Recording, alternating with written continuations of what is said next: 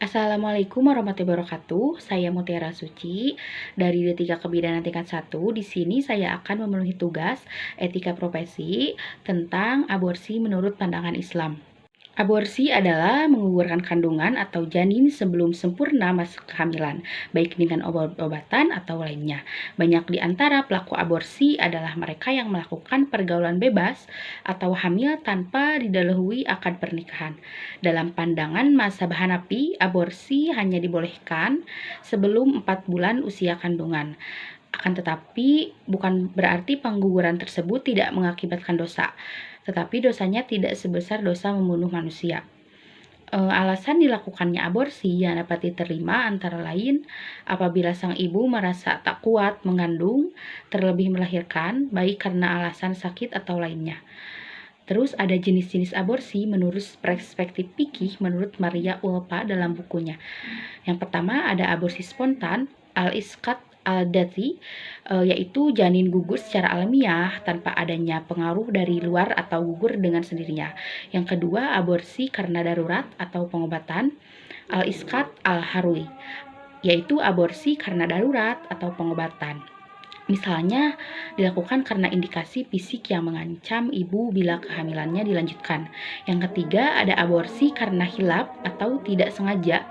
Kata yaitu aborsi dilakukan karena hilap atau tidak sengaja. Misalnya, seorang kepolisian tengah melakukan tindak kriminal di suatu tempat.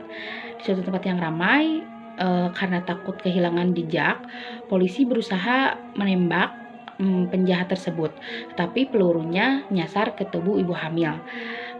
Yang keempat ada aborsi yang menyerupai kesengajaan, sib amal, yaitu aborsi dilakukan dengan cara menyerupai sengaja, misal seorang suami menyerang istrinya yang sedang hamil muda hingga mengakibatkan ia keguguran.